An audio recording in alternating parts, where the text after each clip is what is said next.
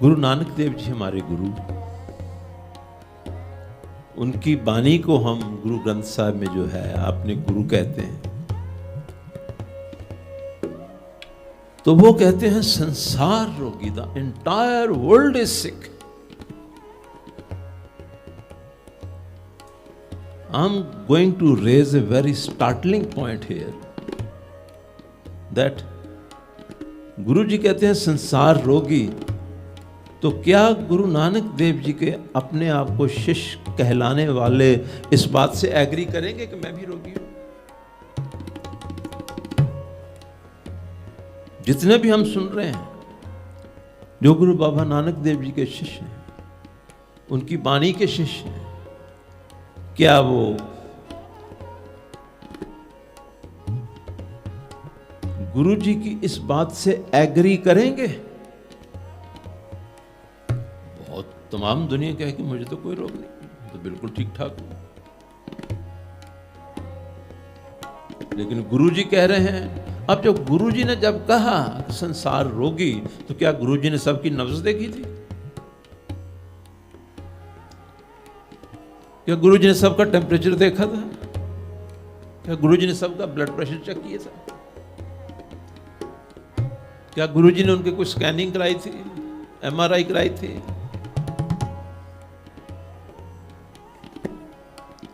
बिना ये कुछ किए हुए वो कह रहे हैं संसार रोगी, सारा संसार रोगी है। Can I exclude myself? Can I exclude myself? No no no महाराज, I am very fit.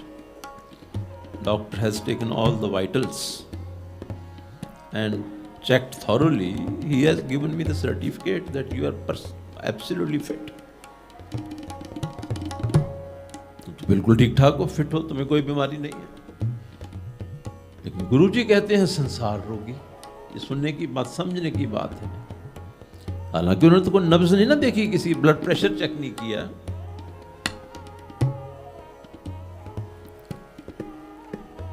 लेकिन गुरु जी, ये बहुत गहरा नुक्ता है जिसके ऊपर फोकस्ड कीर्तन नहीं हुए मेरे ख्याल में। हो सकता है मैं गलत भी हूं, फोकस्ड इस टॉपिक के ऊपर कीर्तन नहीं हुए। तो गुरु जी कहते हैं कर सा संसार रोगी, संसार रोगी, संसार।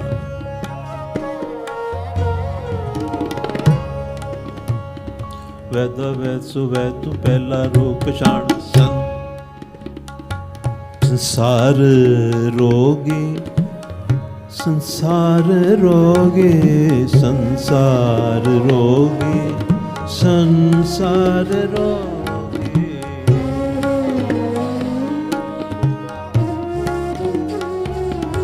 क्या हम इसके साथ सहमत हैं? क्या इसके साथ हम सहमत हैं? रोगी आदमी तो किसी चीज को एंजॉय ही नहीं कर सकता, लेकिन we are having all the funs in our life in spite of the fact that Guru Baba जी सिंह संसार रोगी। हम बीमार हैं, हम बीमार हैं। कहते हैं ना संसार रोगी, नाम दारू, नाम की अगर दवाई तुम नहीं खा रहे तो तुम रोगी हो, तंदुरुस्त कैसे होगे? एक लाइन और, ओ में रोग सब जगत सब जगत व्याप्या, हमें रोग सब जगत व्याप्या। रोग बता दिए ना। अब आए हैं गुरु जी नुक्ते के ऊपर। अब आए हैं गुरु जी अपने नुक्ते के ऊपर। क्या नुक्ता है? हमें रोग सब जगत व्याप्या, सारे जगत को हौमे का रोग है। कोई मानने को तैयार है? जितने हम गुरु ग्रंथ साहब को अपना गुरु कहते हैं, क्या हम इसको मानने को तैयार हैं? या अपने आप को एक्सक्लूड करें कि नहीं नहीं महाराज, ये बात तो मेरे ऊपर नहीं लागू होती, मैं तो आपके साथ सहमत नहीं।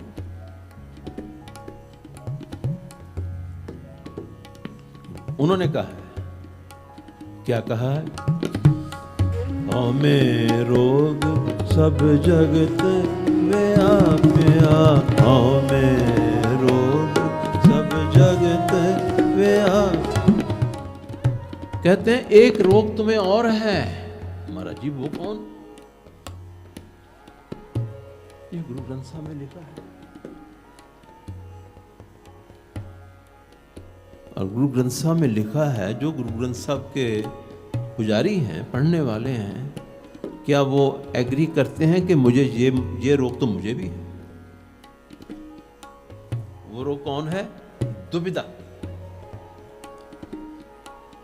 दुविधा रोग, दुविधा मनमुख रोग व्यापे।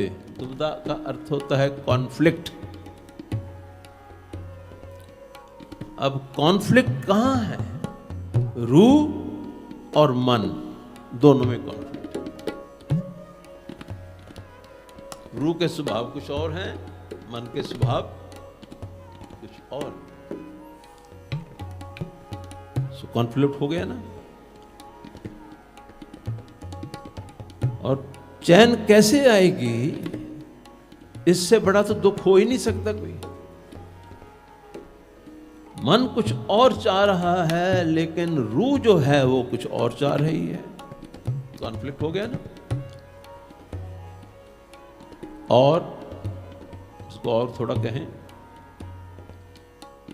हमारी सोच और रूह, सोच कुछ और कह रही है। क्या कह रही है? कोई सुंदर चेहरा दिखा, उसने हमें टेम्प्ट कर दिया, टेम्पटेशन पैदा कर दिया। रूह कह रही है इसमें से दुख निकलेगा। अंदर की आवाज आती है, आहिस्ता आहिस्ता आहिस्ता आहिस्ता वो आने से हट जाती है।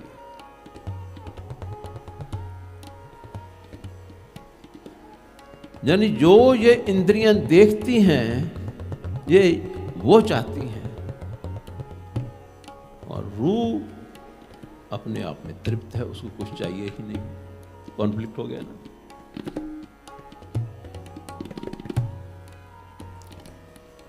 जिस्म और रूह, इनमें भी कॉन्फ्लिक्ट है। कैसे? कि जिस्म टाइम बाउंड चीज है, 50 साल के लिए, 60 साल के लिए, 70 साल के लिए जिस्म, और रूह वो अमर है।